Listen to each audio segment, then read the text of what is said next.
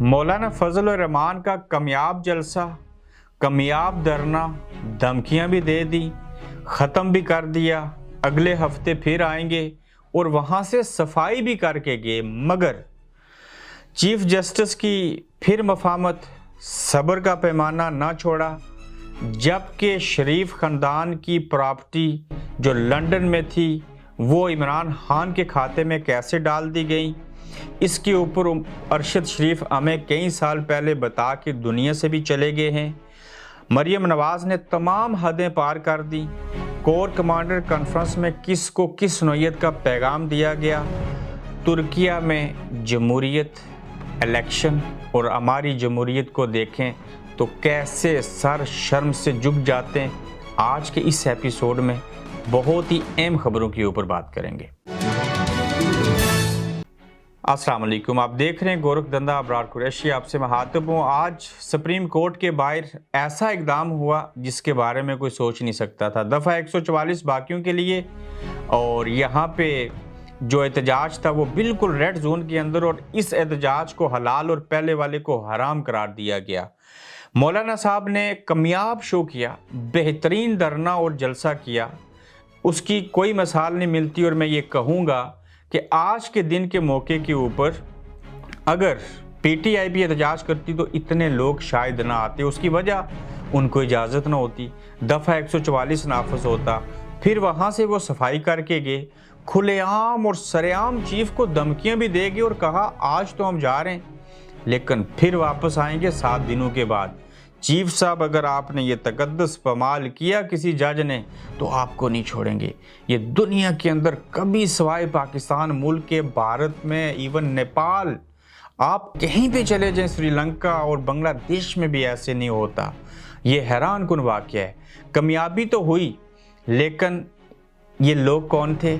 अपने मदरसे के लोग, उनको यहाँ पे लाया गया और ये अवाम नहीं थे। मैं इनको अवाम नहीं कह सकता, मगर मौलाना साहब ने कामयाब पावर शो किया। आप देख लीजिए, जब इस्टेब्लिशमेंट साथ हो, जब 11 जमातें एक साथ हों, जब असल रियासत की ताकत आपके साथ हो तो आप जो चाहें कर सकते हैं। फिर चीफ जस्टिस ने सब्र दिखाया, ये भी कहा दीवारें फैलान के लोग अंदर आना चाहते थे, हमारी आंखों ने खुद देखा, हमारे कानों ने खुद सुना। उसके बावजूद चीफ जस्टिस ऑफ पाकिस्तान है और मुल्क और कौम के फ़ायदे के अंदर जो इलेक्शन करवाना चाहते हैं, आज भी किसी को नाहल न करके, फैसले में ताहीर करके, अपने दोस्त अहबाब बाकी चीफ जस्टिस साहिबान से मशवरा करके सब्र और मफामत से काम लिया। और उन्होंने कोशिश की कि हम कुछ ऐसी चीज़ें करें जिससे मुल्क के अंदर इंतशार ना फैले। ऊपर से इस्टेब्लिशमेंट ने भी चीफ जस्टिस से रब्ता किया था, इससे कबल मैं आपको बता चुका हूँ। छोटा छोटा तबसरा करना चाहता हूँ तमीद बांधे बगैर। फिर अरशद शरीफ दुनिया से चले गए, और वो किस्सा जो आज उस वक्त उन्होंने बयान किया था और आज वो चल रहा है, वो अपने प्रोग्राम में विद एविडेंस बयान करके गए हैं। और ये नंबर 1 जो है, मैं भूल गया हूँ उसका नाम, मैंने खुद फैसल वाउडा की इसी नंबर 1 घर के बाहर खड़े होकर, जब मैं समा टेलीविज़न को लंदन से प्रेजेंट करता था तो मैंने उनकी प्रेस कॉन्फ्रेंसें विद एविडेंस कि ये मकान नवाज शरीफ साहब के किस बेटे हसन का है, कितनी मालियत का है, उसके एविडेंस देखे। और वही मकान जो शरीफ ख़ानदान की प्रॉपर्टी थी वो अलकादरिया ट्रस्ट के अंदर आज इमरान खान के ऊपर उसका इल्ज़ाम लगा दिया गया। आप देखिए कि ये तारीख़ कितनी बेरहम है। पहले मुशर्रफ साहब थे, फिर बेनज़ीर दुनिया से गई, फिर आसिफ अली जरदारी इक़्तिदार में आए, यूसुफ रज़ा गिलानी वज़ीर-ए-आज़म बने, वो नाइल हुए, फिर राजा परवेज़ अशरफ आए, वो चले गए, फिर इलेक्शन हुए, मियाँ साहब आ गए।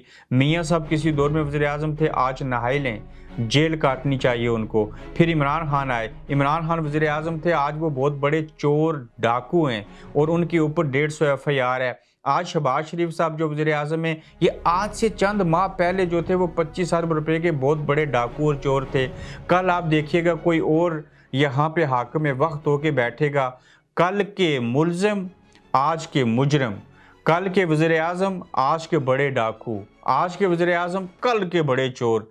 ये सिर्फ रियासत पाकिस्तान में होता है, दुनिया में कहीं नहीं होता। और हम यहाँ बैठ के जो आपको भाषण देते हैं, इसलिए ये रिमाइंडर आपको देते हैं कि इस मुल्क के अंदर लोगों की शॉर्ट मेमोरी है, करता कोई और है, सज़ा कोई और भुगतता है और कल इमरान खान उनको चोर कहता था और आज इमरान खान को उन्हीं ही की प्रॉपर्टीज देख लीजिए इनके खाते में डाल के इनको चोर, गलत और क्या क्या साबित करने की कोशिश करते हैं। कहाँ जाएंगे?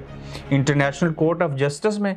दुनिया में इंसाफ नहीं मिलेगा लेकिन आगे चल के मिलेगा, क्योंकि हम लोगों को 5 वक्त याद करना चाहिए, हम मर जाएंगे, मौत किसी चीज़ का नाम है, कब्र में उसका अजाब होगा, रोज़े महशर उसके बारे में पूछा जाएगा, एक पुल्ले सरात है उससे गुजरना है, एक जन्नत है, फिर एक जहन्नम भी है, फिर इन दानों के अपने अपने दर्जात हैं, मगर खौफ खुदा है ही कोई नहीं।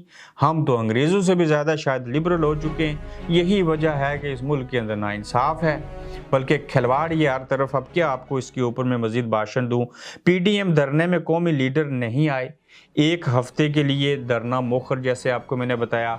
बताइए कहाँ पे हैं शहबाज शरीफ साहब, इसहाक डार साहब, बिलावल साहब, जरदारी साहब? ये बड़े बड़े लोग क्यों नहीं आए?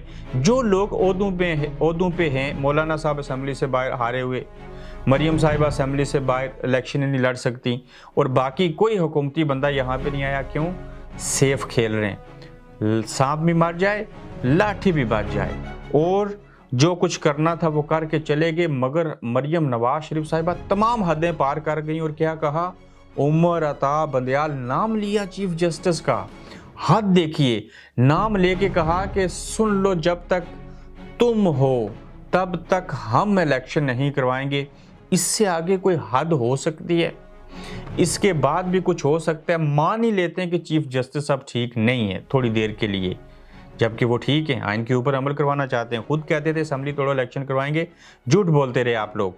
आज वादा खिलाफी कर रहे हो, आज आइन के ऊपर अमल ना करके गद्दारी कर रहे हो, और नाम लेके मरियम नवाज शरीफ साहिबा कह रही हैं कि हम उमर अता बंदयाल तुम्हें देख लेंगे, और जब तक तुम हो हम इलेक्शन नहीं करवाएंगे, करवा के देख लो। अब क्या करेगा यहाँ पे रियासत का निज़ाम? यहाँ पे अदलिया सबसे पावरफुल इदारा है इस मुल्क के अंदर। ना इस्टेब्लिशमेंट को ठीक होने की ज़रूरत है, ना ही इस्टेब्लिशमेंट को ठीक करने की ज़रूरत है।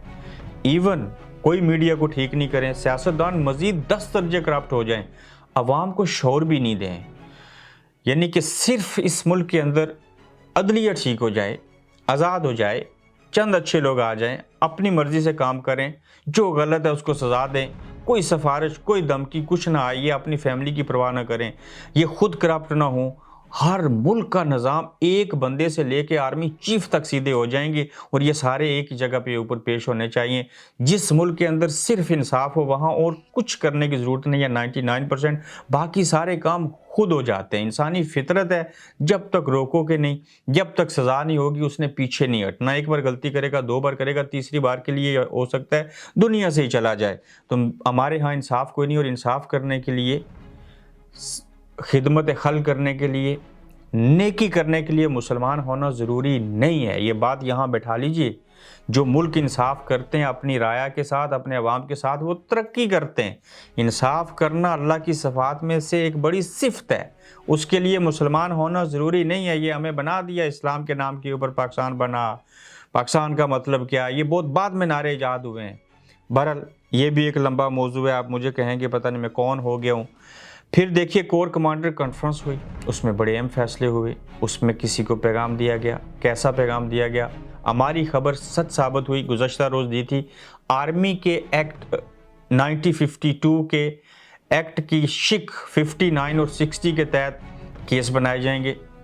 सिविल कोर्ट में उनकी जो है वो कोई गुंजाइश नहीं होगी, कोई ज़मानत नहीं होगी। मिलिट्री कोर्ट्स के तहत केस बनाए जाएंगे।